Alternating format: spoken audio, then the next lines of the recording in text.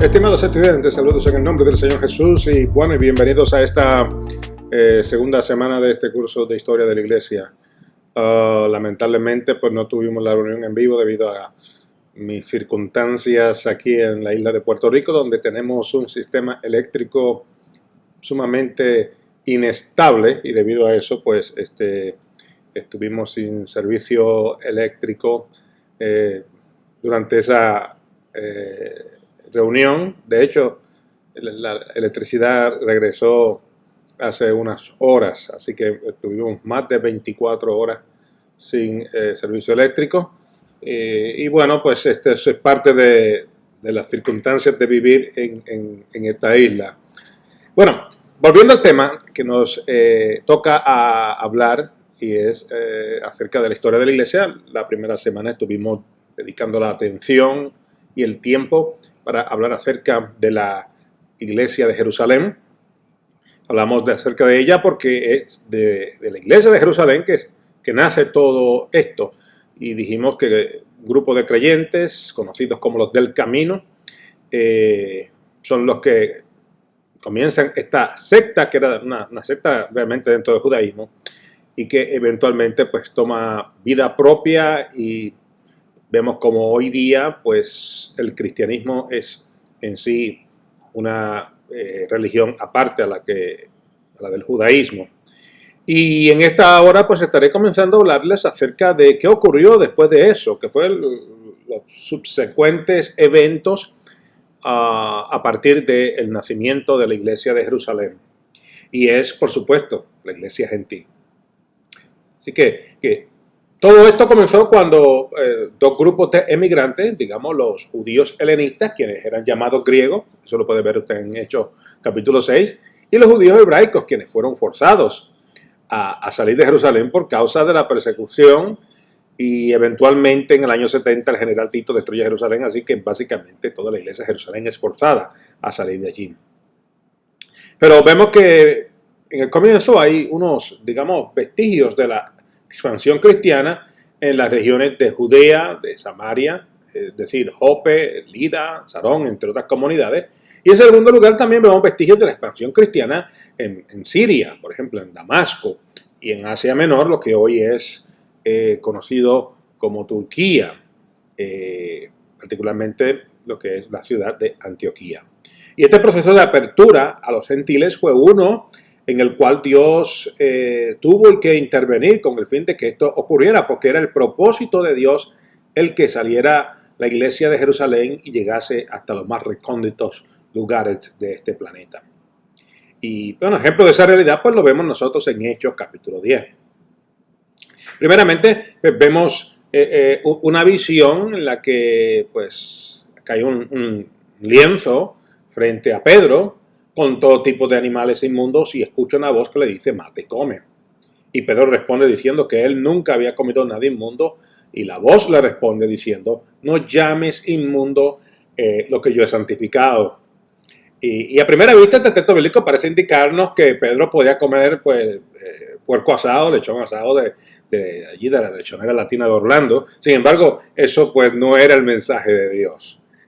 Para todos los judíos, incluyendo Pedro, los gentiles eran gente tan inmunda como un cerdo.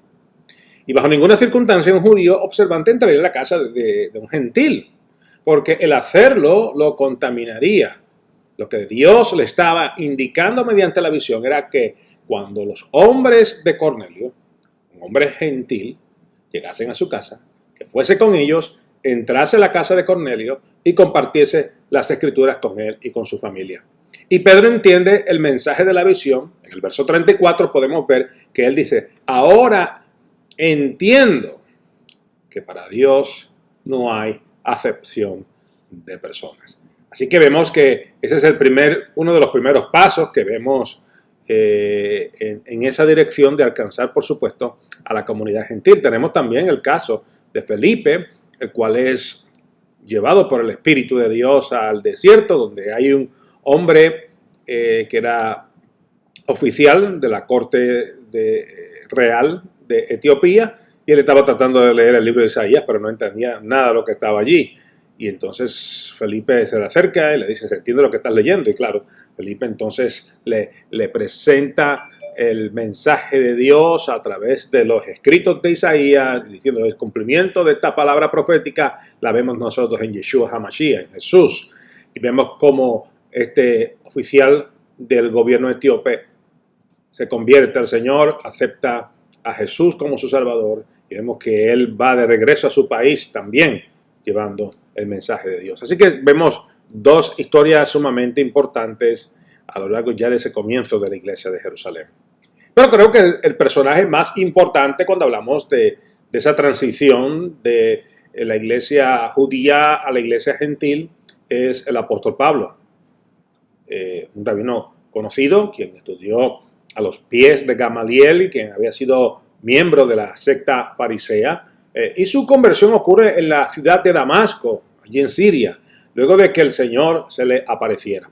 Y Pablo se convierte en el líder cristiano y teólogo más conocido y controversial de todo el Nuevo Testamento.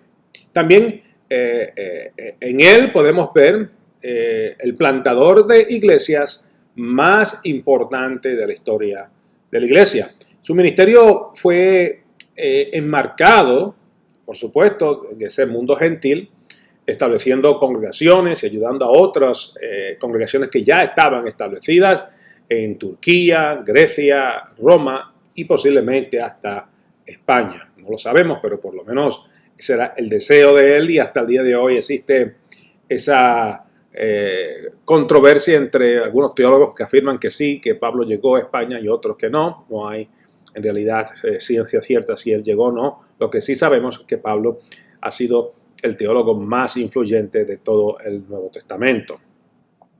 Y también pues vemos ministerios de algunos de estos primeros apóstoles y evangelistas. Así que Pedro no solamente ministra en Jerusalén y Judea, sino que llega a Antioquía. Pedro es uno de los fundadores de la congregación de Antioquía y eventualmente llega hasta Roma. Y pese a que aquí no hay evidencia totalmente concreta, pues la mayoría de los eruditos bíblicos piensan que Pedro, pues sí, llegó hasta Roma y que es uno de los fundadores de la iglesia de Roma. Yo todavía, pues en eso todavía no tengo una posición oficial, porque también existe la posibilidad de que entre los creyentes que estaban el día de Pentecostés, o las personas que estaban visitando Jerusalén el día de Pentecostés y vieron lo que estaba ocurriendo en el aposento alto y aceptaron al Señor, entre esas 3,000 personas pudieron haber judíos helenistas quienes eran procedentes de Roma y regresaron a Roma con el Evangelio. Es una posibilidad también de que haya sido así. Pero tenemos nosotros esa historia, ¿no? Tenemos, por ejemplo, el apóstol Juan, quien ministró y murió en la ciudad de Éfeso, en Turquía. Felipe, que no solamente evangelizó en Samaria, pero que llegó hasta la ciudad, hoy es una ciudad turca, y yo personalmente he estado allí en la ciudad de Hierápolis, y es allí donde muere como mártir por causa del evangelio, tanto él como sus hijas, quienes eran profetizas, y eso lo testifica Eusebio en su historia de la iglesia. Y la tradición de la iglesia pues pone a Santiago en España, en Galicia y en Zaragoza, y pone a Tomás en la India. Así que cuando vemos todo esto, pues tenemos ya una evidencia de que los mismos apóstoles pues no se quedaron allí en Jerusalén, sino que ellos cumplieron el mandato del Señor de ir más allá de Jerusalén, Judea y Samaria y hasta lo último de la tierra. Vemos que debido a que geográficamente Egipto es adyacente a lo que es el territorio de Israel, hubieron creyentes quienes fueron a Egipto. Y vemos que la base de operaciones de los misioneros cristianos que llegaron a Egipto fue la ciudad de Alejandría. No hay evidencia contundente, pero la tradición de la iglesia cóptica es la que presenta a Marcos como el fundador de la iglesia egipcia. Y de esta iglesia pues salen exponentes teológicos importantísimos que estarán haciendo un impacto a la teología de la iglesia y que usted cree muchas de las cosas que ellos han escrito. Personajes como Panteno, Clemente de Alejandría y aún Orígenes. Esta iglesia tuvo muchas batallas contra el gnosticismo, que claro, el gnosticismo estaba entrando por todas partes, pero la iglesia en Alejandría, a la verdad que tuvo una seria batalla contra esta herejía. De la misma forma, vemos que se mueve, sabemos que Egipto ya es África, es el norte de África, y se sigue moviendo el mensaje del Evangelio a lo largo del norte de África. El próximo lugar que pudiéramos decir era la ciudad de Cartago.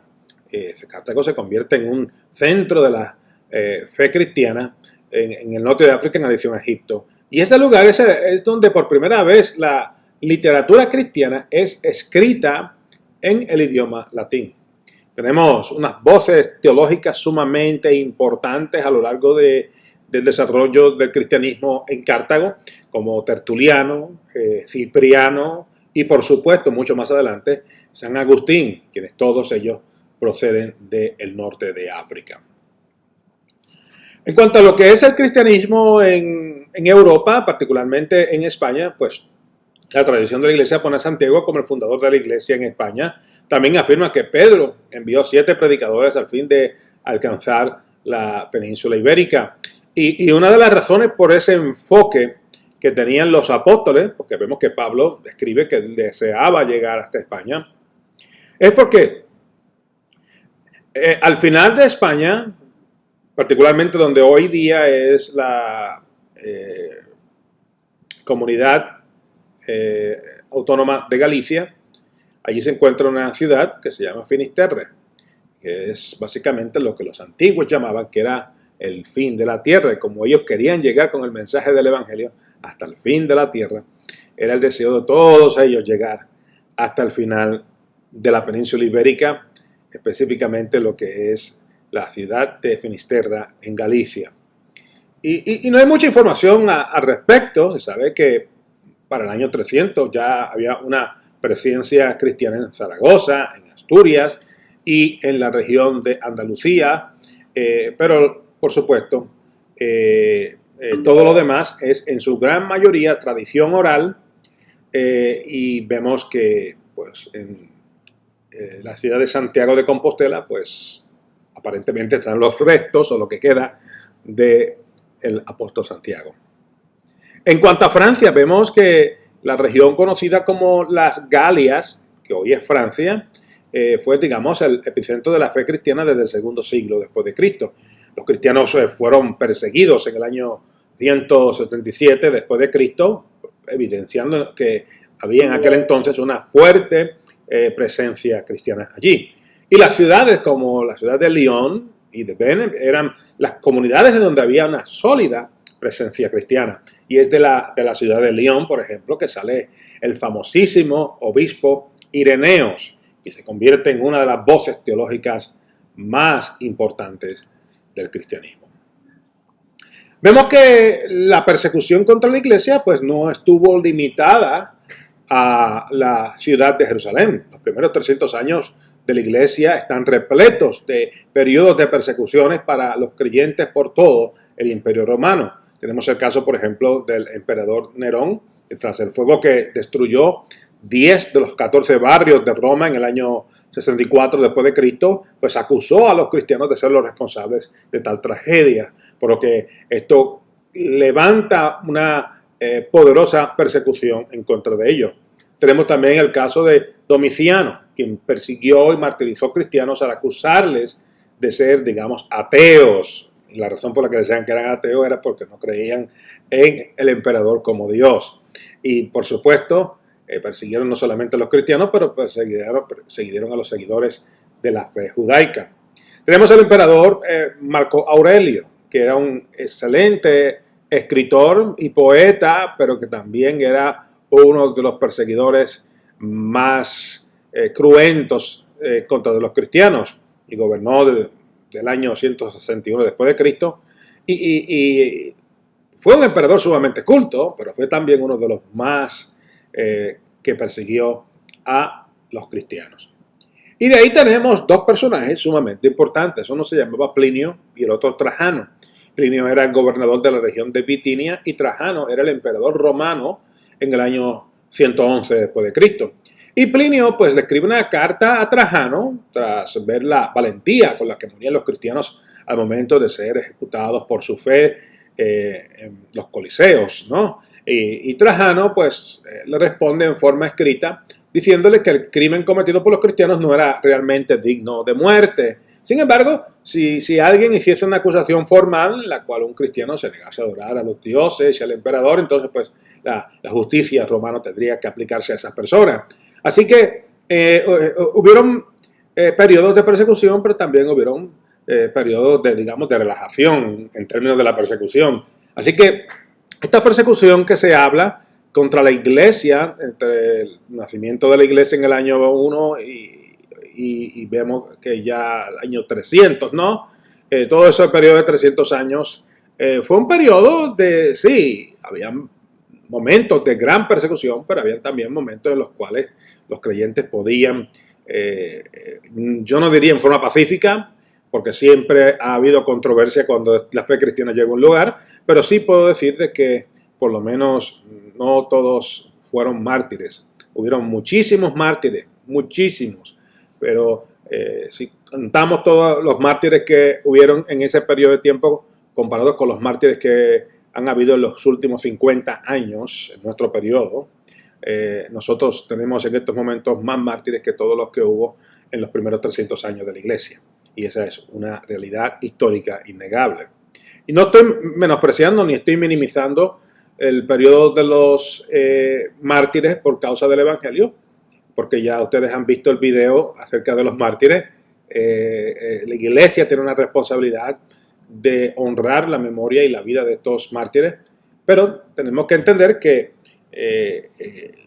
la persecución contra la iglesia fue un periodo en el cual iban y venían, es decir, habían periodos de mucha constante persecución y de momento habían periodos de 15 años o 10 años o 5 años de relativa paz en ese proceso.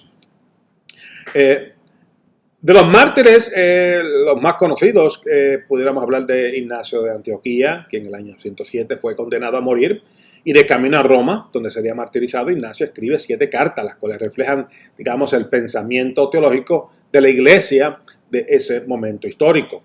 Tenemos el gran Policarpo, en alrededor del año 155 fue también arrestado y llevado ante un juez a fin de que negase su fe en Cristo y muriese.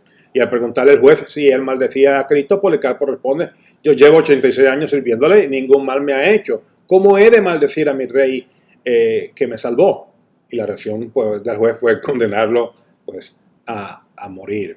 Así que vemos nosotros cómo estos personajes impactaron la vida de la iglesia a tal magnitud que habían personas que estaban buscando intencionalmente convertirse en mártires por causa del Evangelio.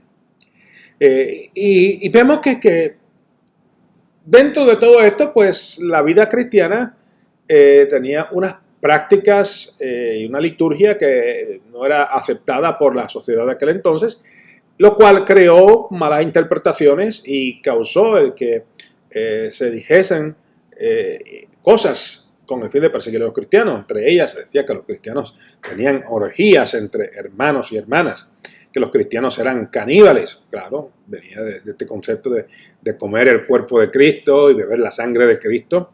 Que los cristianos adoraban un asno crucificado, que los cristianos eran ateos al no adorar la figura del emperador.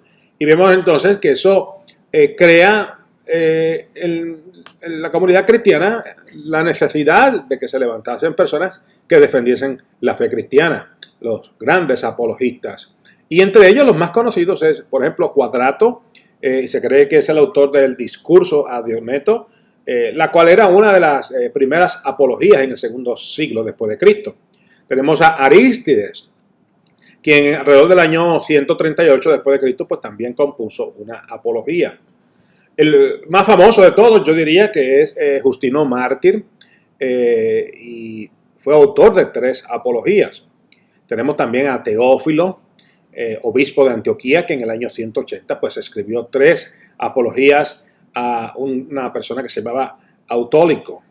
Tenemos a Taciano, quien era hijo espiritual de Justino Mártir y autor de la apología Discurso a los griegos.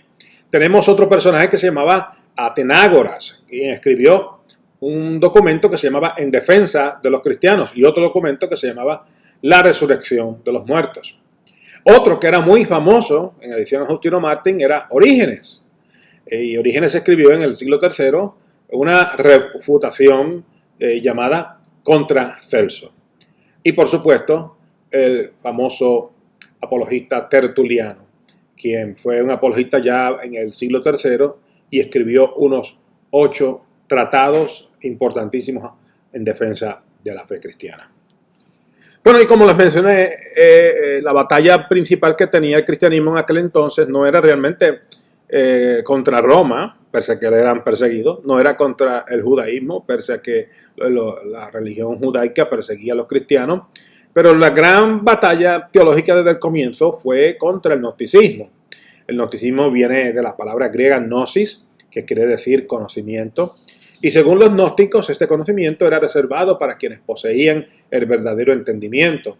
El gnosticismo no fue, digamos, un grupo o tampoco fue una organización, sino más bien un movimiento que existió dentro y fuera del cristianismo.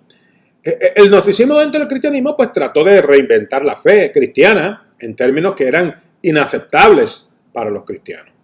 Y el gnosticismo pues finalmente se termina amalgama con ciertas doctrinas cristianas que muchas personas pues las confundieron y cayeron presas de esta mezcla que ocurre entre las filosofías gnósticas con la fe cristiana. En el caso de los gnósticos, la salvación, digamos, era el tema central de ellos. Los gnósticos enseñaban que la materia era algo malo, por lo que el espíritu se encuentra aprisionado en el cuerpo. Por lo que el fin principal del gnóstico es escapar del cuerpo humano que nos mantiene exilados. Y de la única manera que podemos escapar del cuerpo es mediante el conocimiento secreto que proviene de un mensajero celestial, el cual en el gnosticismo cristiano pues era Jesús. Debido a que el cuerpo pues es materia y la materia es algo malo, ellos pues negaban el hecho de que Jesús habitó en un cuerpo humano, sino que más bien ese era un cuerpo espiritual especial. Y los gnósticos pues también negaban el nacimiento de Jesús y su tendencia de práctica de vida era, digamos, hacia los extremos, ya sea viviendo una vida ascética o una vida de total libertinaje. Otro movimiento que surge producto del gnosticismo es conocido como el marcionismo. El marcionismo es un movimiento religioso fundado por un tío que se llamaba Marción, quien procedía de la región de Ponto. Y Marción pues escribió y enseñó en contra del mundo material, como todo buen gnóstico, y en contra de los judíos. Sin embargo, sus posiciones teológicas no eran acordes con la enseñanza tradicional gnóstica. Marción enseñaba que existían dos dioses, el Dios del Antiguo Testamento, el cual era malo, y el Dios del Nuevo Testamento, el cual era bueno. Por lo que la palabra del Antiguo Testamento pues no son del Dios Supremo, el cual es el Padre de Jesucristo. Y debido a las enseñanzas en contra del Antiguo Testamento, pues el marcionismo pues rechaza totalmente leer o estudiar el Antiguo Testamento, lo cual, digamos, era el libro de texto de la iglesia en ese entonces. Así que Marción utiliza como fuentes bíblicas para sostener sus posiciones, pues él tomó parte del Evangelio de Lucas, tomó algunas de las cartas de Pablo y creó su propia Biblia, ¿no? Y debido a que Marción fue rechazado por la iglesia, pues entonces él decide establecer su propia iglesia, la cual perdura por varios siglos. Todo esto, producido por la avalancha de falsas doctrinas propagadas por Marción, es la razón principal por la que hoy día tenemos el Nuevo Testamento. Y hasta el momento en el que Marción aparece con sus falsas enseñanzas, la iglesia cristiana pues utilizaba el Tanaj, lo que nosotros llamamos el Antiguo Testamento, como fuente bíblica. Y las cartas escritas por algunos de los líderes de la iglesia, ya fuese Pablo, o Pedro, o Lucas, o Mateo, o Marcos, o Santiago, o Judas, o Policarpo, o Ireneos, o Justino Mártir, etc. Y los líderes de la iglesia pues deciden básicamente crear un canon, o una norma, o una regla, una medida, a fin de que en forma uniforme todas las iglesias leyeran el mismo texto inspirado por el Espíritu Santo. Y como ya les mencioné, el Tanaj, el Antiguo Testamento antiguo que la iglesia utilizaba, pues era una versión griega conocida como la versión Septuaginta. Y esta versión fue incluida como parte de la Biblia, acompañada por los evangelios más populares. Por eso es que tenemos más de un evangelio en nuestra Biblia. Por eso es que tenemos Mateo, Marcos, Lucas y Juan, ya que ellos se complementaban unos con otros. Luego, por supuesto, fueron añadiendo el libro de los Hechos y las cartas de Pablo, y los mismos fueron aceptados sin problema alguno. Sin embargo, hubieron cartas como las cartas de Judas, la tercera epístola de Juan y el libro de Apocalipsis, que tuvieron que pasar por un proceso de discernimiento más meticuloso antes de ser incluido. No obstante, para finales del segundo siglo, casi todo el Nuevo Testamento había sido ampliamente aceptado por la iglesia. Y frente a esta controversia del marcionismo, no solamente se tiene que establecer un canon, sino que la iglesia se ve forzada a hacer una declaración universal, la cual es conocida hoy como el credo, o el credo de los apóstoles. Y para la formulación de este credo se utiliza como base 3 preguntas que se hacían antes de bautizar a una persona. ¿Crees en Dios, Padre Todopoderoso? ¿Crees en Cristo Jesús, el Hijo de Dios, que nació del Espíritu Santo y de María la Virgen, que fue crucificado bajo Poncio Pilato y murió y se levantó de nuevo al tercer día, vivo de entre los muertos y ascendió al cielo y se sentó a la diestra del Padre y vendrá a juzgar a los vivos y a los muertos? ¿Crees en el Espíritu Santo? ¿Crees en la Santa Iglesia? ¿Crees en la resurrección de la carne? Y vemos que ellos utilizan eso en lo que hoy día es el credo de la iglesia. Y aquí quiero hacer una pequeña pausa para que ustedes puedan entender mi posición respecto a esto, porque vemos cómo la iglesia católica y la iglesia ortodoxa utiliza constantemente en todos sus cultos recitar el credo de los apóstoles. Y déjenme decirles que en algunas iglesias protestantes, particularmente las iglesias históricas, ya sea la iglesia luterana o presbiteriana, o inclusive en algunas de las iglesias metodistas, vemos nosotros que hay en algún momento una pausa en el culto donde se recita el credo de los apóstoles. Yo creo personalmente que la iglesia evangélica, particularmente la iglesia latinoamericana, hemos cometido el gran error de darle en una bandeja de plata a la iglesia católica el credo de los apóstoles, y casi no se menciona. Es muy rara la vez que en una iglesia evangélica hispana se pueda escuchar el credo de los apóstoles. Yo creo que es sumamente importante, que debería de haber esa respuesta, no solamente por el hecho de que fue escrito por un grupo de personajes singulares en la historia de la iglesia, pero también porque dice unas verdades, es lo que nosotros creemos como cristianos. Entonces, cuando nosotros recitamos el credo, estamos diciendo lo que creemos, decimos básicamente la médula de nuestra fe cristiana está basada en el credo, por lo cual es sumamente importante que nosotros pues lo aprendamos, lo memoricemos, lo recitemos, se lo enseñemos a nuestros hijos y todo ese tipo de cosas, porque es parte de lo que nos identifica a nosotros como creyentes en Jesús. Ahora bien, ante estas batallas teológicas que ya estaban ocurriendo con el gnosticismo, con el marcionismo, que fuerza a la iglesia a crear un canon, fuerza a la iglesia a establecer un credo, bueno, pues la iglesia va más allá. Se establece lo que se conoce como la sucesión apostólica y la catolicidad de la iglesia. Y debido a esto, pues vemos que el marcionismo, todo esto fue producto del desafío que el marcionismo y el gnosticismo presentaban. Era una amenaza gigantesca a la autoridad de la iglesia. Y debido a eso es que surgen estas 2 respuestas. La primera era la sucesión apostólica de los líderes de la iglesia, y la segunda, la catolicidad de la iglesia. Y el fin de la sucesión apostólica era pues declarar que las enseñanzas de Jesús dadas a sus discípulos fueron pasadas por ellos a los líderes de la próxima generación y ellos a los de la subsecuente generación. Y los líderes de la iglesia pues deciden incluir el término católico, que significa universal, o según el todo, con el fin de poder distinguirse de los gnósticos y de los marcionistas. La iglesia entonces es un ente universal y no un grupito en una pequeña localidad enseñando falsas doctrinas. Y es por esta razón por la que el Nuevo Testamento pues no tiene un evangelio, sino que tiene 4 evangelios. Su mensaje no es basado únicamente en las enseñanzas de un apóstol, pero en la enseñanza de varios de los apóstoles. Y bueno, haremos una pausa y continuaremos con más en esta sesión de este curso de Historia de la Iglesia.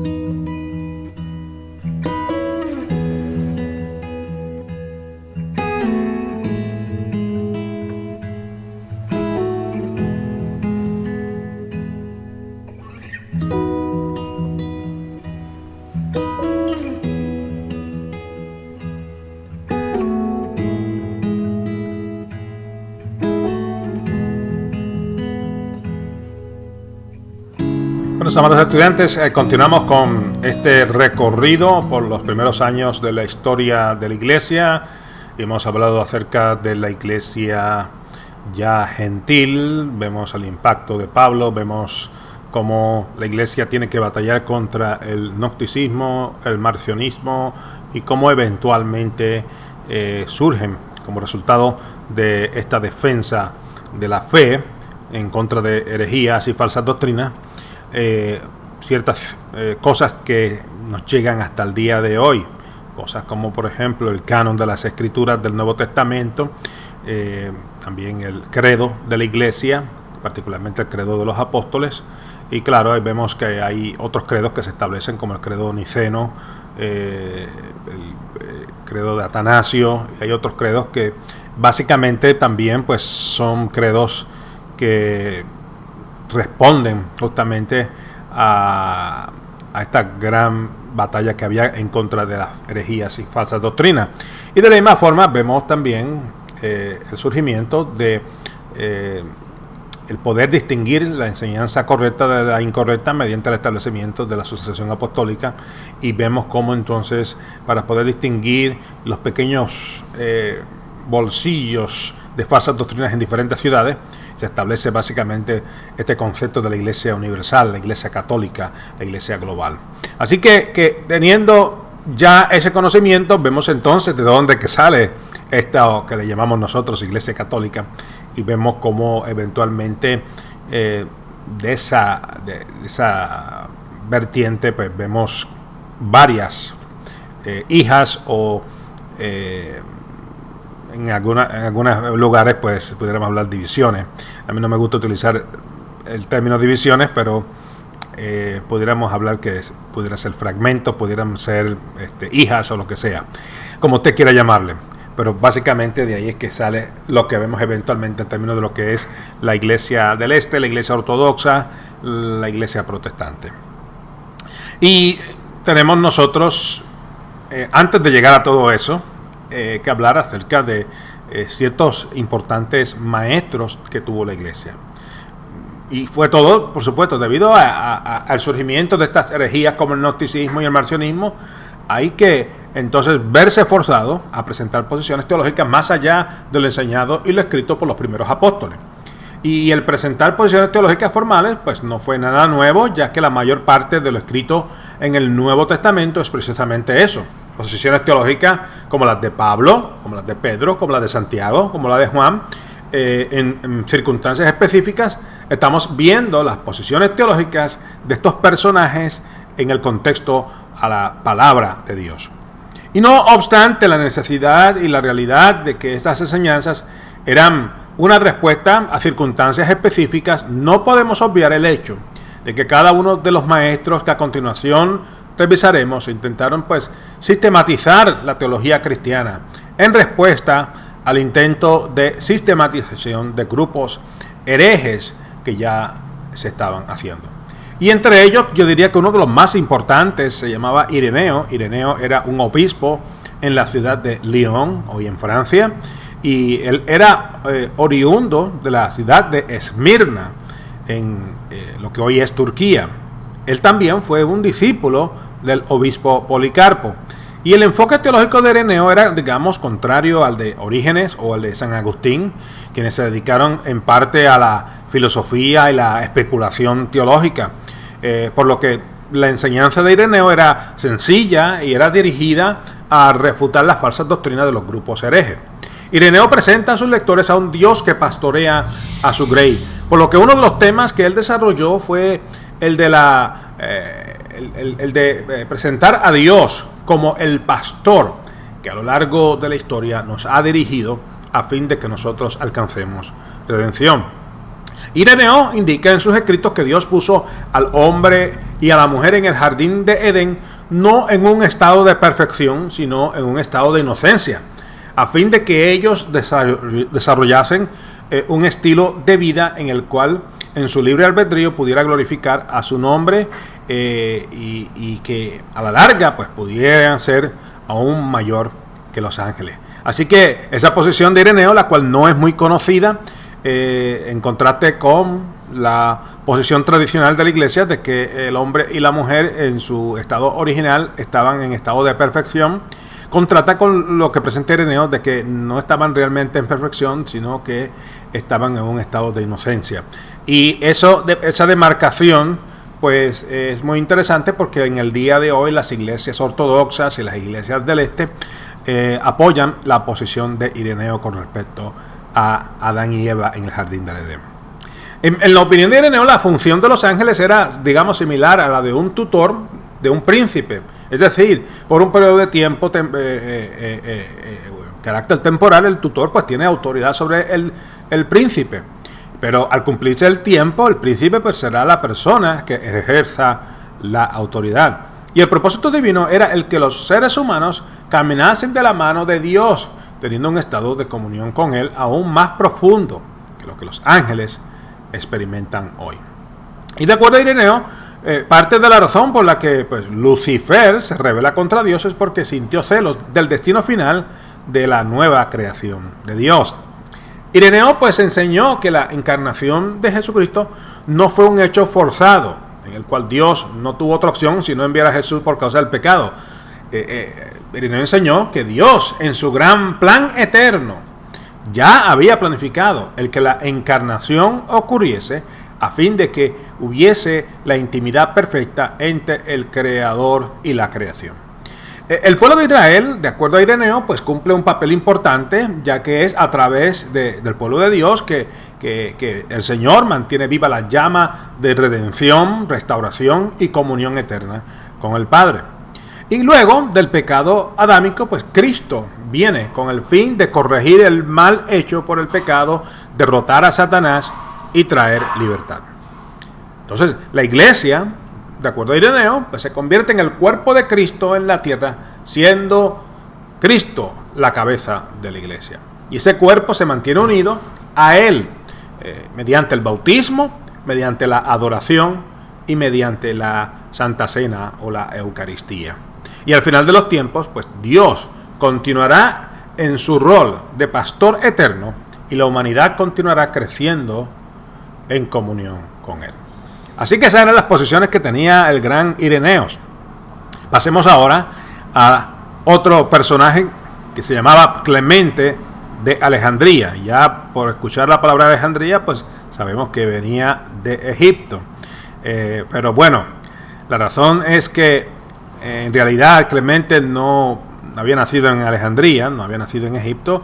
Él era en realidad nativo de la ciudad de Atenas. Él era un griego y se convierte en el gran teólogo de la ciudad de Alejandría en Egipto. Y que Clemente fue estudiante de otro teólogo que se llamaba Panteno y se dedicó a la enseñanza. Pudiéramos decir que Clemente era como un profesor de seminario. Y debido a que el ministerio de Clemente era hacia los intelectuales de aquella época, pues podemos ver en sus escritos un mensaje filosófico más profundo que lo que Ireneo escribió y enseñó. La especialidad de Clemente fue la apología, por lo cual entonces se le escribió en gran medida con el fin de convencer a los intelectuales paganos de por qué la fe cristiana era una religión de gran importancia y para rechazar las enseñanzas de los gnósticos. Clemente utilizaba la filosofía platónica y de otros filósofos griegos con el fin de utilizarlo como herramienta de contextualización de su mensaje a las altas mentes de aquella época. Otra razón por la que Clemente utiliza la filosofía griega es por el hecho de que él creía que la verdad era una sola. Por lo tanto, las personas podrían ver el mensaje de Cristo aún a través de los escritos de Platón. Es decir, una vez el filósofo griego estudiase las diversas filosofías, debería estudiar el mensaje de Cristo, ya que son esas filosofías un puente para poder llegar al verdadero conocimiento que se encuentra en Cristo. Y este método de enseñanza pues le era muy fácil a Clemente, ya que de la misma forma que el mensaje de Cristo era en gran manera a través de parábolas en la filosofía griega, pues la alegoría era también el vehículo de aprendizaje. Y para Clemente la razón y la fe pues van tomadas de la mano. La razón construye sus argumentos sobre principios que tienen que ser aceptados por fe. En fin, la teología de Clemente está llena de matices platónicos. Sin embargo, Clemente pues no fue el único teólogo que utilizó la filosofía griega como vehículo de enseñanza. Otros como Justino y como Filón pues también pues utilizaron este método. De ahí pasamos nosotros, de don Clemente de Alejandría, pasamos a Tertuliano, quien era nativo de la ciudad de Cartago, en lo que hoy es Tunisia. Tertuliano era un experto en leyes, era un abogado y era un experto también en retórica, discurso, ¿no?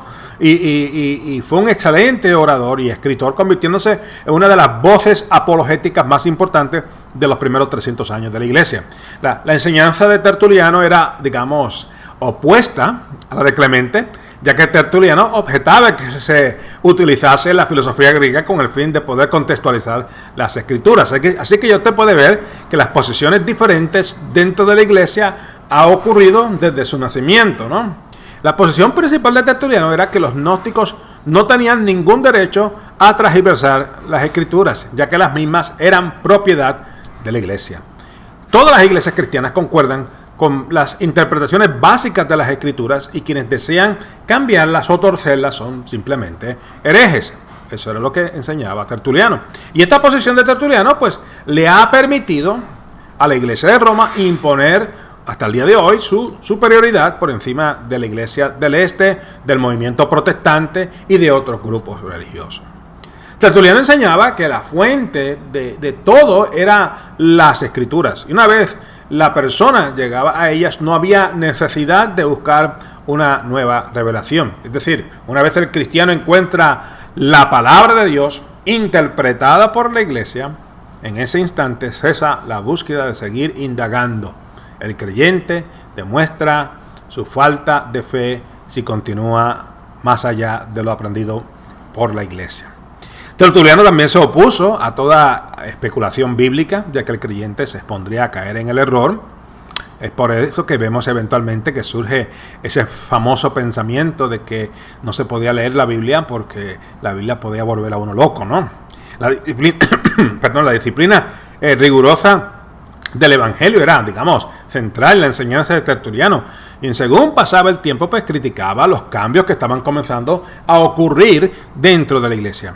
Eventualmente el gran defensor de la fe ortodoxa pues se une a un movimiento que era el movimiento montanista, el cual básicamente era un movimiento pentecostal, lo cual para el segundo siglo pues ya se había categorizado como una falsa doctrina. De eso de estar viendo gente gritando y hablando en otras lenguas, eso asustaba a muchos cristianos de aquella época, de la misma forma que asusta hoy a muchos creyentes.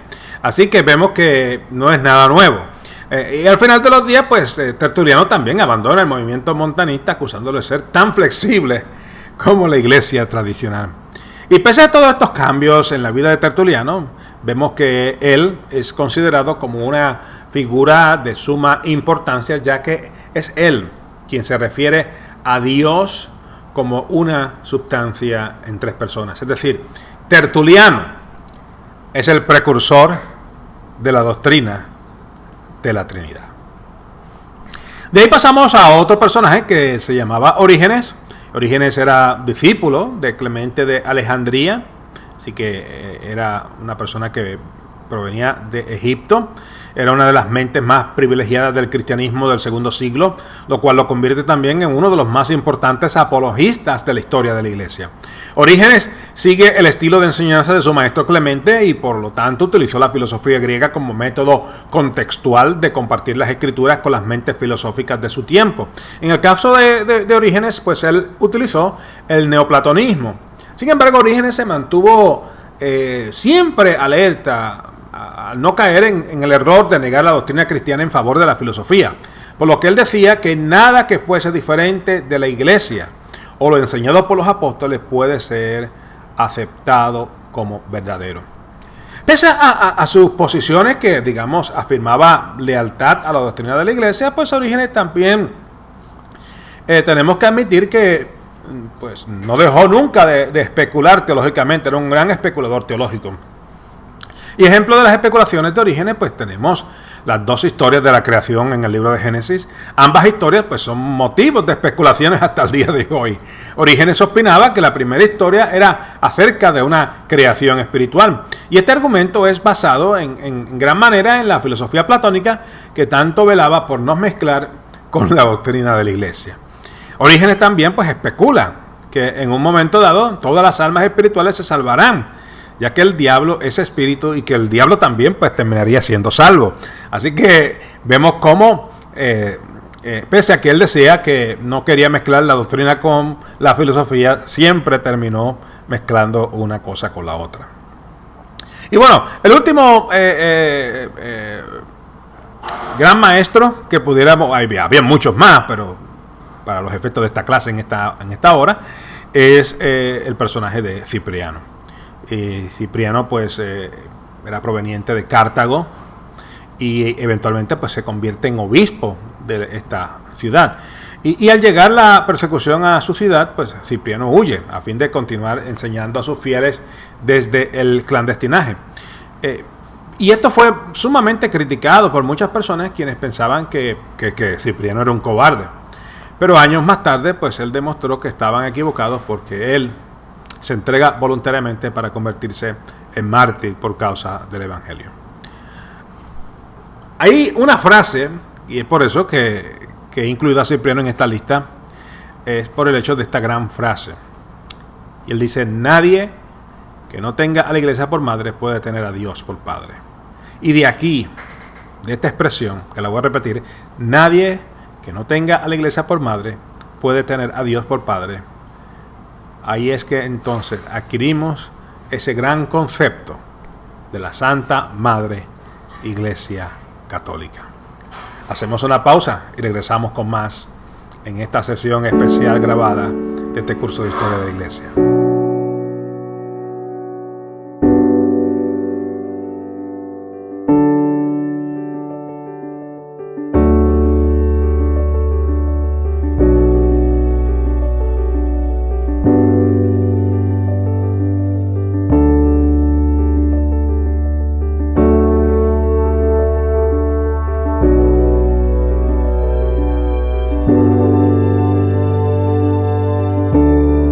Bueno, familia, y habiendo ya presentado algunos de los exponentes teológicos más importantes de los primeros años de la Iglesia gentil, no quiero que usted piense que esos eran los únicos más importantes. Hay una increíble cantidad de exponentes teológicos. Yo sencillamente he escogido algunos de ellos. Pudiéramos estar toda esta clase hablando acerca de todos ellos, exclusivamente de ellos, pero la realidad es que tenemos un curso con una historia de 2000 años de historia que tenemos que movernos rápidamente, así que he escogido algunos de ellos nada más, pero usted puede indagar acerca del resto de ellos, que todos y cada uno de ellos han sido de gran impacto y pueden darle a usted explicación de por qué la Iglesia enseña esto, por qué la Iglesia enseña esto otro, por qué la Iglesia católica enseña estas cosas de esta manera, por qué la Iglesia protestante piensa diferente. Todo eso es el producto en gran medida de todo este comienzo y cómo ocurre este desarrollo. Yo personalmente soy una persona que me fascina mucho los padres de la Iglesia del periodo pre-niceno, es decir, los padres de la Iglesia que comenzaron su ministerio y lo ejercieron antes del concilio de Nicea. Ya cuando hablamos de los padres post-nicenos, pues sí, hay algunos que me gustan, hay otros que tengo grandes rechazo por algunas de las cosas que han escrito y enseñado y que tristemente la Iglesia las ha aceptado como doctrina. Pero eso es otro punto para otra clase. Para un curso completamente diferente al curso de Historia de la Iglesia. El propósito del curso de Historia de la Iglesia es narrar lo que ocurrió. Y la historia en la historia. Vamos a concentrarnos en estos momentos a hablar acerca de la vida cristiana, digamos, durante estos primeros 300 años, estos primeros 3 siglos.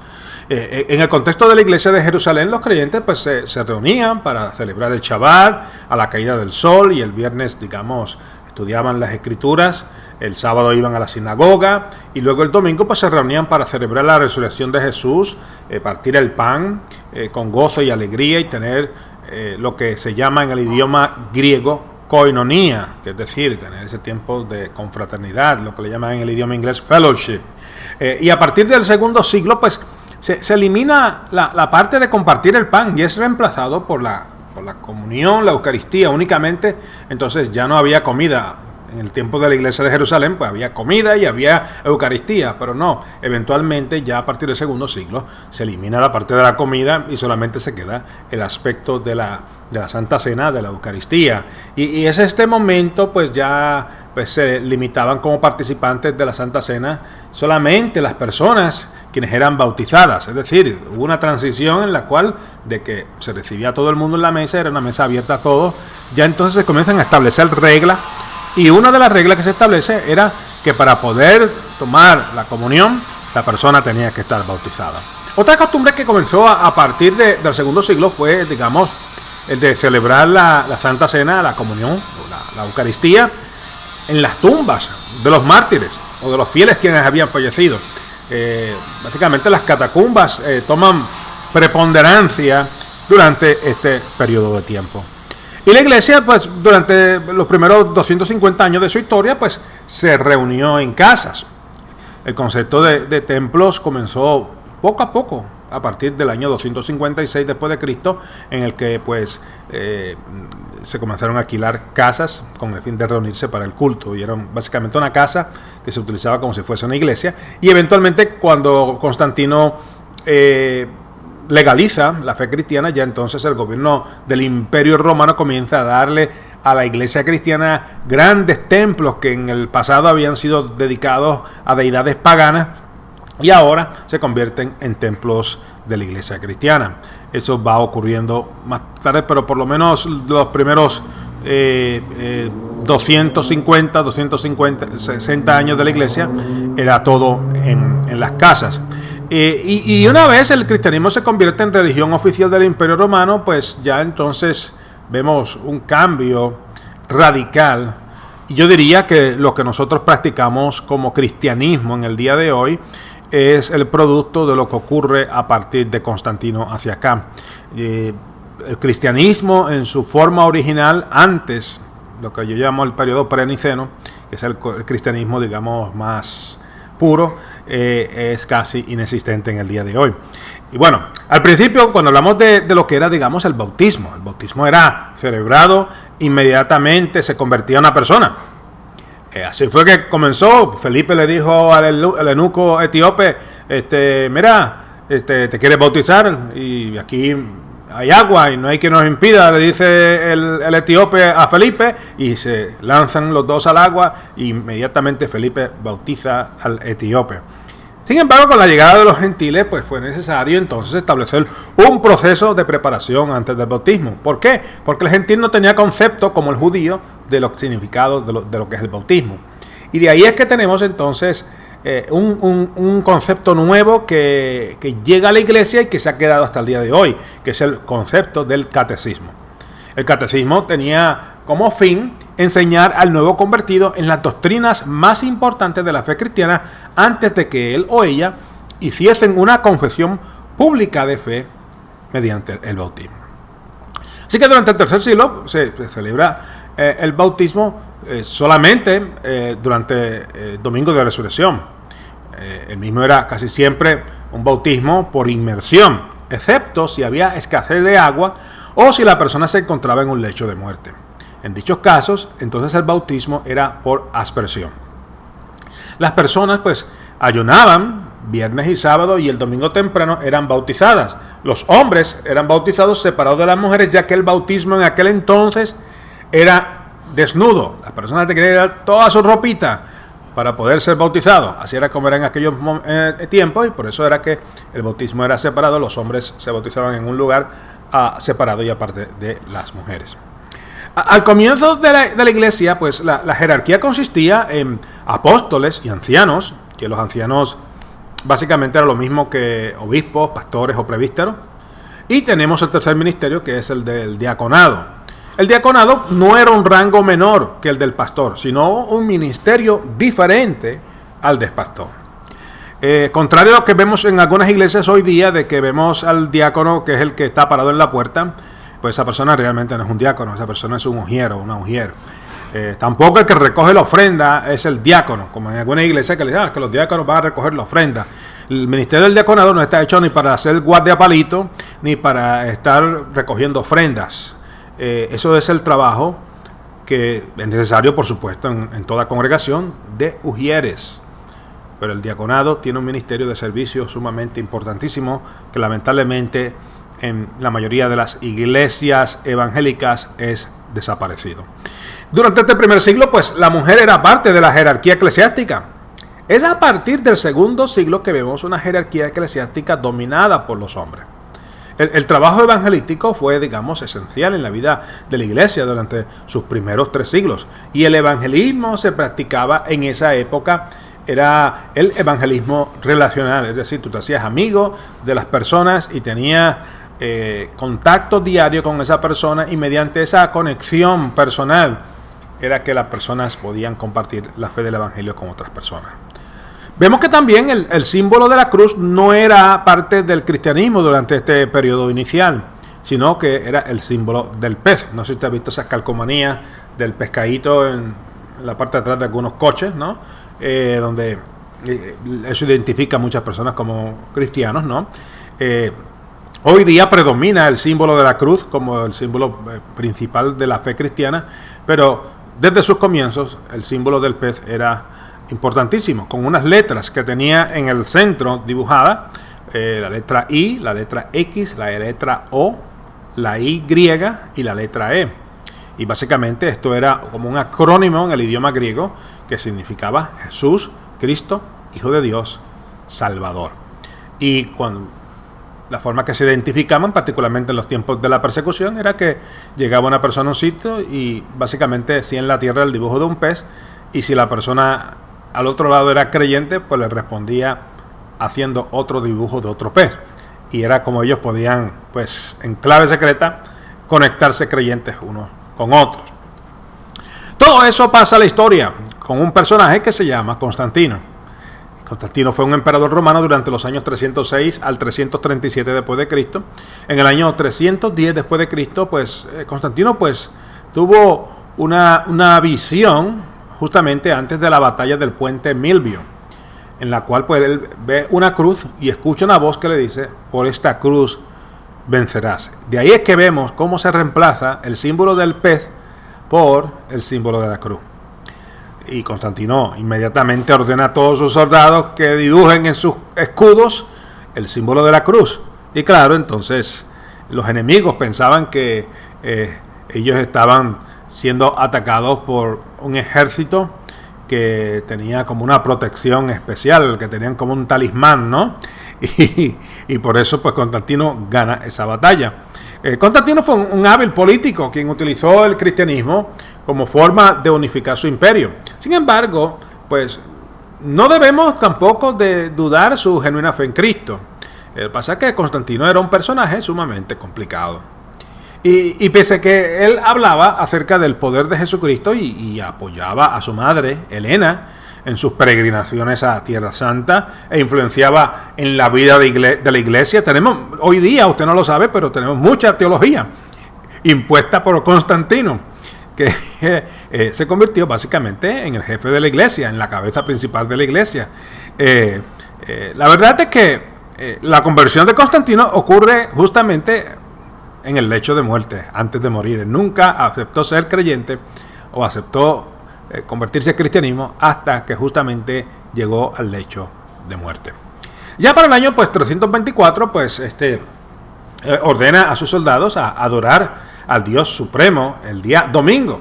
El día domingo, los cristianos celebraban la resurrección de Cristo, pero los paganos adoraban al Dios Sol.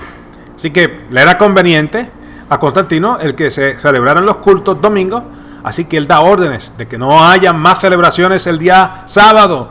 Todas las celebraciones y toda la adoración tenía que ser el día domingo, con el fin de ayudar a aquellos que adoraban al Dios Sol a que hiciesen esa transición de la adoración pagana a la adoración a Jesús. Y ya en el año 325, él ordena que se establezca el concilio ecuménico en Nicea, y él mismo se convierte en gran influencia de este gran concilio que establece unas posiciones cristológicas que se mantienen hasta el día de hoy, especialmente en cuanto a la eliminación de todo vestigio judío en el culto cristiano, lo cual ha permanecido hasta el día de hoy, salvo en algunas congregaciones mesiánicas o algún pastor rebelde que ponga quizás por allí una minora en el altar de la iglesia, pero en términos generales el cristianismo no tiene ya nada de conexión con el judaísmo de aquel entonces. Constantino dedica grandes cantidades de dinero para la construcción de iglesias y peregrinajes a la Tierra Santa. Es a partir de este momento que tenemos, digamos, el concepto de las basílicas. Las basílicas surgen a causa de Constantino. Y debido a los grandes cambios en el cristianismo, muchas personas decidieron abandonar la vida de la ciudad o la vida de la comunidad, dedicando sus vidas, digamos, al ascetismo en el desierto. Y este es el comienzo del periodo monástico. Eso lo tocaremos más tarde, pero surge que muchas personas estaban sumamente heridas por todos estos cambios, y a la verdad esto causó grandes problemas.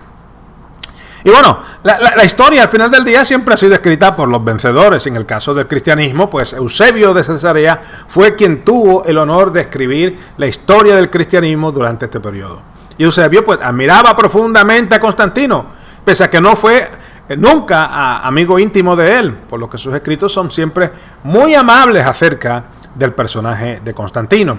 Y claro, tenemos que tener en consideración que Eusebio tuvo que esconderse, tuvo que escapar por su vida en muchas instancias. Su obispo fue mártir por causa del evangelio, y debido a eso, el encontrarse con un emperador romano que finalmente legaliza la fe cristiana y que le da propiedades a las iglesias y que hace tantas cosas buenas por el cristianismo, sencillamente Eusebio abraza a este personaje llamado Constantino y le da honores a lo largo de sus escritos de la historia del cristianismo. Bueno, habiendo tenido ya ese entendimiento, vamos a pasar a otras batallas que ocurrieron a lo largo de este periodo. Una de ellas es el donatismo. Durante los años de persecución, hubieron cristianos, entre ellos pastores y obispos, quienes a la hora de escoger entre morir por causa de la fe o negar y salvar sus vidas, escogieron la segunda opción. Al legalizarse el cristianismo, quienes habían negado la fe, entonces desearon regresar a la iglesia y, digamos, ser restituidos en todas sus responsabilidades. Aquel quien había salido huyendo y que había sido pastor o obispo, quería regresar a su iglesia, pastorear la iglesia, quería volver a ser obispo. Y los líderes de la iglesia, entonces se negaron en el principio a recibir a dichos personajes como traidores.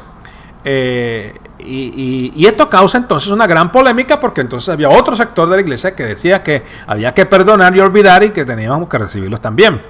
Y surge entonces este personaje que se llamaba Donato de Casa Negra, quien fue un obispo elegido en medio de un periodo de luchas en la ciudad de Cartago, en donde dos obispos se disputaban el cargo. Roma decide que Ceciliano era el verdadero obispo, causando entonces una mayor división.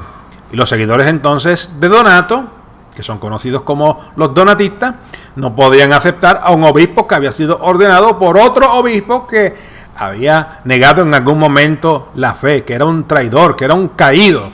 Y la consagración de un obispo por una persona indigna, invalidaba tal ordenación, y ese era básicamente el argumento de los donatistas. Constantino pues apoyó el nombramiento de Ceciliano. Acuérdense que Constantino básicamente era la cabeza de facto de la iglesia en aquel momento, y pues los pobres africanos pues apoyaron también la causa de Donato. Así que vemos que surge esta gran división en la que las clases altas apoyaron a Ceciliano, las clases pobres apoyaron a Donato. Y vemos entonces que, en fin, fue una lucha más allá de la semántica. Los donatistas se convirtieron básicamente en terroristas y básicamente crearon un yihad allí. El Imperio Romano tuvo que enviar el ejército para aplastar la revuelta donatista. Pero con todo y eso, pues el donatismo permaneció en el norte de África, básicamente hasta la llegada del Islam en el siglo VII. Ya habiendo tenido un poco de conocimiento acerca del donatismo, pasemos a otro evento sumamente importantísimo, de los más importantes de la historia de la iglesia. Yo personalmente digo que este evento fue el que cambió la dirección de la iglesia, y en gran medida lo que usted conoce como cristianismo es debido a este evento, y es el Concilio Ecuménico de Nicea. El Concilio Ecuménico de Nicea fue celebrado en el año 325 en la ciudad de Nicea, en Asia Menor, en lo que hoy es Turquía. Si usted llega a la ciudad de Istambul, al cruzar del río se encuentra la pequeña ciudad de Nicea. Y este concilio fue hecho bajo las órdenes del emperador Constantino. Todos los líderes de la iglesia, tanto del este como del oeste, pues tuvieron que asistir. Y ya en ese momento, pues habían varios centros principales del cristianismo.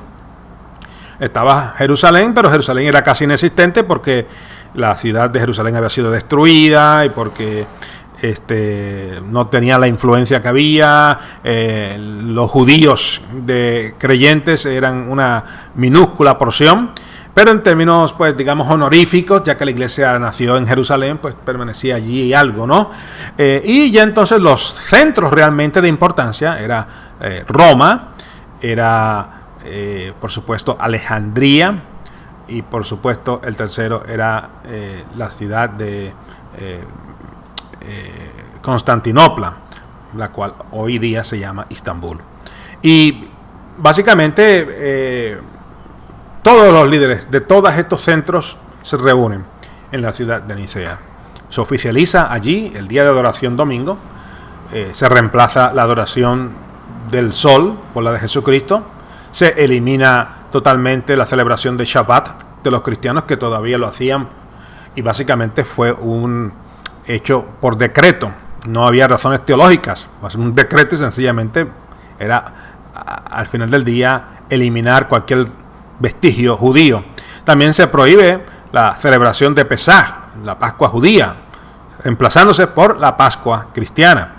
Sin embargo, el enfoque primordial de este concilio fue, digamos, la controversia ariana. Y ahí es donde vemos nosotros, cuando vamos a la historia, el enfoque mayoritario en un 95% de lo que es el Concilio Ecuménico de Nicea tiene que ver con relación a la controversia ariana.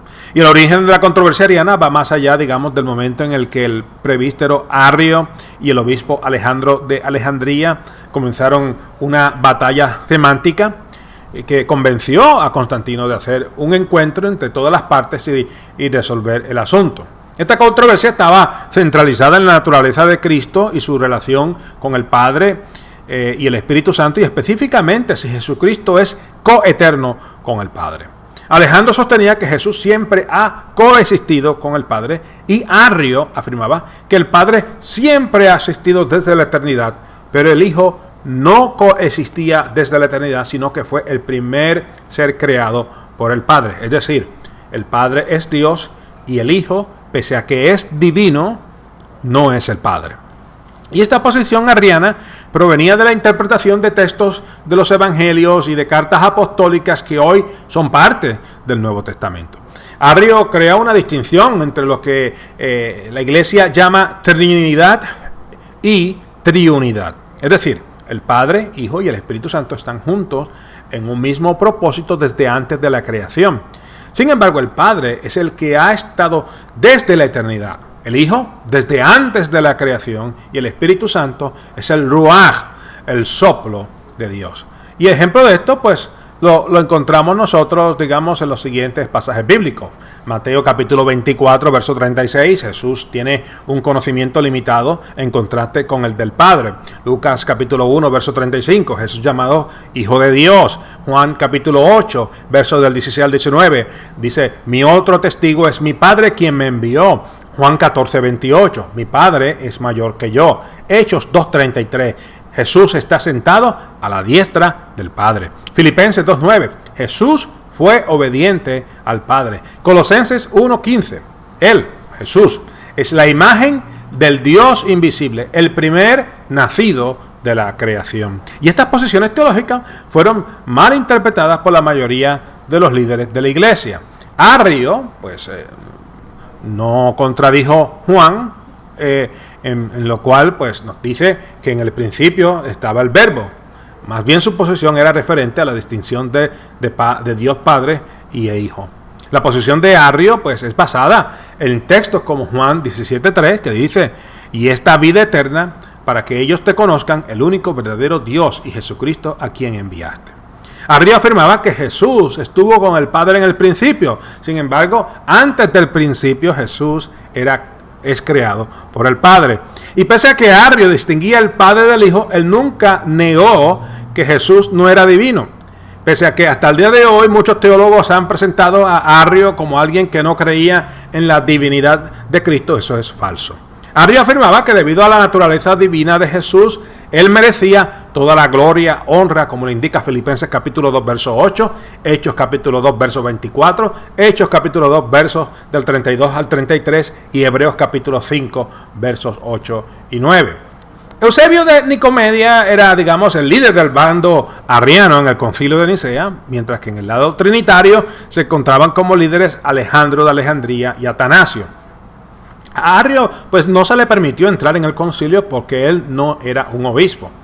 Y para la Iglesia del Oeste pues el asunto de la Trinidad era algo sencillo, es decir, un Dios en tres personas y una sustancia en tres personas. Como parte del debate pues surge la pregunta de que si Dios y Jesús no son unos, entonces Dios, el Padre, sufrió en la cruz. Pero si el Padre estaba crucificado, entonces ¿por qué Jesús dijo, Dios mío, ¿por qué me has abandonado? Y Padre, en tus manos encomiendo mi espíritu. A fin de tener la fuerza del bando arriano, los delegados pues preparan un nuevo credo, el credo niceno, el cual es el más conocido por las iglesias alrededor del mundo. Y los delegados arrianos que se negaron a firmar el nuevo credo, pues fueron depuestos de sus cargos y exilados bajo las órdenes de Constantino. Y bueno, vemos que esta controversia arriana pues no fue apagada por el Concilio de Nicea. Por subsecuentes generaciones hasta el día de hoy, la doctrina arriana continúa en virtual conflicto con la posición oficial de la Iglesia. Y no obstante, la batalla inmediata luego del concilio estuvo, digamos, en manos de Atanasio, en el bando trinitario, y en el bando de Eusebio de Nicomedia, en el bando arriano. Y vemos que el emperador Constancio, quien fue el sucesor de Constantino, apoya en un momento dado la causa arriana y persiguió a los trinitarios. Así que Atanasio y los líderes que antes contaban con el apoyo de Constantino tuvieron que huir de la presencia de Constancio. Y a la muerte de Constancio, pues sube al trono Juliano el Apóstata, y vemos que Juliano pues instaura, digamos, la adoración al emperador. Pese a eso, pues él no persiguió a los cristianos y reinstauró algunas de las doctrinas paganas. Pero vemos que eso ya era algo muy tarde. La influencia del cristianismo fue tan poderosa que pues, Juliano el Apóstata realmente nunca tuvo gran impacto en la vida del cristianismo. Vemos que este personaje, que se llama Atanasio, del cual he mencionado ya en varias instancias, es un egipcio natural de Alejandría, un hombre muy devoto, con estrechas relaciones con los monjes del desierto. Para Atanasio, digamos, la encarnación de Jesucristo era central en la fe cristiana, junto, digamos, con la presencia de Dios en la historia. Y esto es lo que lo motiva, digamos, a luchar en contra de la doctrina arriana. Atanasio, pues, no podía aceptar la premisa de Arrio de que Jesús había sido creado por Dios. Y durante el periodo del emperador Constancio, pues Atanasio pues, sufrió múltiples exilios y persecuciones. Y cuando Constancio en el año 353 obliga a todos los obispos a afirmar su lealtad a la doctrina arriana, pues vemos que Atanasio pues no la firma. Y debido a que muchos de los trinitarios o nicenos y arrianos estaban, digamos, en ese impasse teológico, en gran manera por dos palabras griegas, la palabra homoousios, que significa de la misma sustancia, y homoiousis, que significa de semejante sustancia. Básicamente, Atanasio se reúne con este grupo de personas y suaviza un poco su postura en el sínodo de Alejandría en cuanto a este asunto de la sustancia, pero mantuvo siempre su oposición a la teología arriana. Y pese a que Atanasio pues nunca vio el triunfo del bando trinitario o del bando niceno, como eventualmente ocurrió, pues su teología y sus escritos fueron en gran medida la fuerza que sostuvo este bando durante el periodo en el que el bando arriano tuvo el apoyo de los emperadores romanos. De ahí entonces vemos que hacemos una transición a otros personajes que son sumamente importantes en la historia de la iglesia, y estos, en este caso estamos hablando de los grandes capadocios. Tenemos a Macrina de Capadocia, Basilio el Grande, Gregorio de Nisa y Gregorio de Nanciaso. Y estos son, digamos, conocidos como los grandes capadocios. Macrina era hermana de Basilio y de Gregorio de Nisa. Ella fue la que, digamos, dio los primeros pasos de enseñanzas a sus dos hermanos, quienes se convirtieron en figuras poderosas en la iglesia del este. Ella también fue pionera del movimiento monástico en Grecia y Asia Menor, el cual hasta ese entonces pues se encontraba todo concentrado en Egipto. En cuanto a Basilio el Grande, pues él fundó junto con Gregorio de Nacianzo un monasterio similar al que Macrina había fundado, y luego se convirtió en obispo de Cesarea frente a una gran oposición del bando arriano. Y tenemos entonces en el caso de Gregorio de Nisa, quien era el hermano menor de Basilio, una persona que tenía un temperamento opuesto al de su hermano, quien era fuerte y arrogante. Bueno, tampoco fue tan estudioso como su hermano, pero mientras Basilio estaba, digamos, en un monasterio, pues Gregorio estaba felizmente casado. Sin embargo, luego de que ocurre la dolorosa muerte de su esposa, pues él entra, digamos, a la vida monástica, convirtiéndose en el más importante de los místicos de estos cuatro, mediante sus escritos y mediante su ascetismo. Gregorio se convierte eventualmente en el obispo de Nisa, y tras la muerte de su hermano Basilio, pues toma el rol de liderar el bando trinitario, llegando a convertirse en delegado al concilio de Constantinopla. Y por último, el caso de Gregorio de Nacianzo, quien estudió junto a Basilio el Grande y fueron grandes amigos. Dedicó gran parte de su vida al ascetismo junto a Basilio, pero eventualmente cuando el emperador Valente forza a Basilio a dividir la jurisdicción que él tenía, pues parte de la misma se la entrega entonces a Gregorio de Nacianzo. Y también tras la muerte de Basilio, Gregorio entra, digamos, en la batalla nicena, llegando, digamos, al concilio de Constantinopla, y eventualmente es nombrado por el emperador Teodosio como patriarca de Constantinopla. Uno de los personajes favoritos míos era una persona de la ciudad de Milán, Ambrosio de Milán, y digamos, él fue una de las figuras más importantes del periodo postniceno. Ambrosio era gobernador de la ciudad de Milán, y tras la muerte del obispo Ausencio, pues hubo pues una controversia en la elección de un sucesor, y básicamente se iban a entrar a los golpes dentro de la iglesia.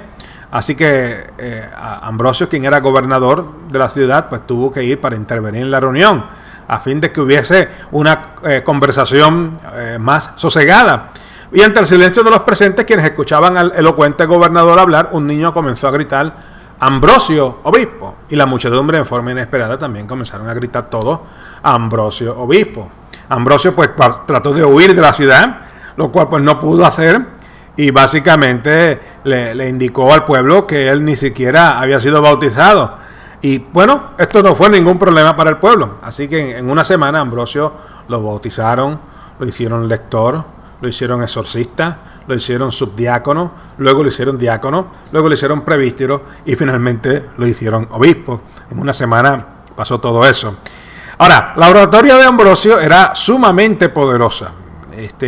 Fue una predicación tan y tan elocuente que había un personaje que se llamaba Agustín, a quien llamamos nosotros cariñosamente en el día de hoy San Agustín, quien era experto en retórica y que comenzó a ir a la iglesia a escucharle y eventualmente se convirtiéndose en uno de los teólogos más respetados de toda la iglesia. Así que es interesante de que casi nadie sabe de Ambrosio de Milán y casi todo el mundo sabe de San Agustín, pero como siempre pasa, hubo una persona que fue la que le predicó, digamos, a Billy Graham. Todo el mundo conoce a Billy Graham, pero nadie sabe cómo Billy Graham se convirtió. Y de esta misma forma vemos cómo ocurre con la historia de Ambrosio de Milán. De igual forma tenemos a Juan Crisóstomo. Su nombre original era Juan de Constantinopla, pese que era nativo de Antioquía. También se le conocía como el Pico de Oro, el hombre del habla dorada. Y de entre todos los elocuentes oradores que el cristianismo postniceno tuvo, ninguno se podrá comparar con Juan Crisóstomo. Juan Crisóstomo fue educado como abogado, pero eventualmente pues se hizo monje. Y en el año 397 Juan fue obligado bajo decreto imperial a convertirse en patriarca de Constantinopla. Juan Crisóstomo pues no se sentía a gusto en medio de un cristianismo corrompido como el de las grandes ciudades, por lo que intentó reformar el clero y traer de vuelta el evangelio pre-niceno, pero esto le costó pues su eventual destitución de su cargo y convertirse en un exilado. Pasamos a otro personaje que se llamaba Jerónimo, el famoso San Jerónimo, y fue uno de los grandes mentes eclesiásticas del cuarto siglo. Nació en el norte de Italia en el año 348 después de Cristo y durante su adultez se dedicó a vivir ascéticamente como ermitaño. Sin embargo, 3 años más tarde abandona la cueva en Antioquía y regresa a la civilización para servir como presbítero. San Jerónimo fue arrogante, fue amargado, fue malcriado, fue impaciente. Ejemplo de esto fue el de describir a San Agustín, a Ambrosio de Milán, a Basilio de Cesarea y a Juan Crisóstomo como asno de 2 patas. San Jerónimo fue uno de los delegados del Concilio de Constantinopla y desde allí se dirige a Roma, en donde trabaja como secretario del obispo Dámaso, quien le anima a que se hiciese una traducción de la Biblia en el idioma latín. Y años después, pues se encontraba Jerónimo en la ciudad de Belén, de Judea, trabajando en la obra que lo haría famoso. La famosa Biblia en el idioma latín, o como comúnmente se llama, la Biblia Vulgata. Y de ahí pasamos a Agustín de Hipona, o San Agustín, como comúnmente se le conoció. Y pues Agustín nació en el norte de África en el año 354. Desde muy joven se dedicó al estudio de la retórica.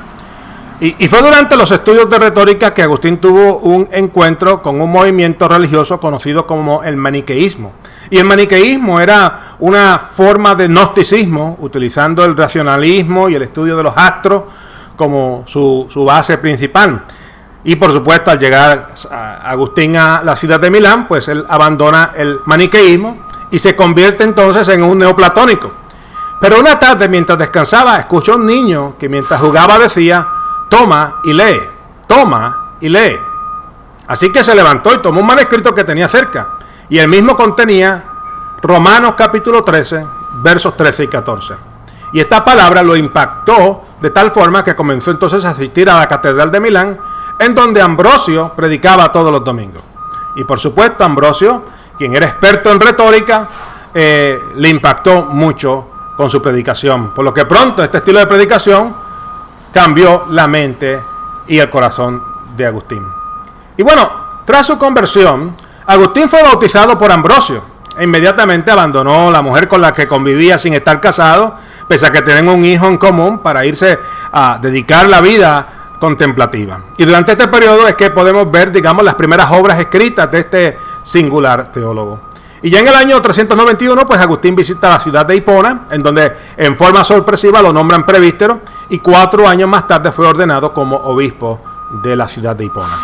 Agustín pues dedica tiempo para escribir extensamente acerca del libre albedrío, ya que el maniqueísmo enseñaba la predestinación, cosa que él pensaba en ese momento no era consistente con las escrituras. También escribió en favor de la guerra, siempre y cuando el propósito de dicha guerra era justo y que fuesen las autoridades de gobierno quienes dirigiesen tales guerras. También San Agustín escribió extensamente en contra del movimiento donatista. Sin embargo, el mayor debate teológico de la vida de San Agustín fue en contra de otro teólogo que se llamaba Pelagio y el movimiento de los pelagianos. Pelagio era un monje de las Islas Británicas quien enseñaba que el cristianismo tenía el poder para vencer el pecado. Agustín difería de esta posición, argumentando que el pecado es tan poderoso que poseía la voluntad humana, por lo que no es posible ser libre de él por nuestra propia fuerza. Este debate duró varios años y él mismo cambió básicamente la posición de San Agustín de ser el defensor del libre albedrío a una de argumentar en favor de que Dios ha predestinado a algunos para salvación y a otros para condenación, ya que nadie puede librarse del pecado por sí mismo. Así que estas son las bases de la teología de Martín Lutero y de Juan Calvino. Bueno, de todas las obras escritas de San Agustín, las dos más conocidas son las Confesiones y la Ciudad de Dios. Bueno, hasta aquí nosotros hemos llegado con esta enseñanza de esta semana. Así que confío en el Señor tener electricidad para el próximo martes y poder continuar con estas conversaciones acerca de la historia de la iglesia. Que el Señor los continúe bendiciendo.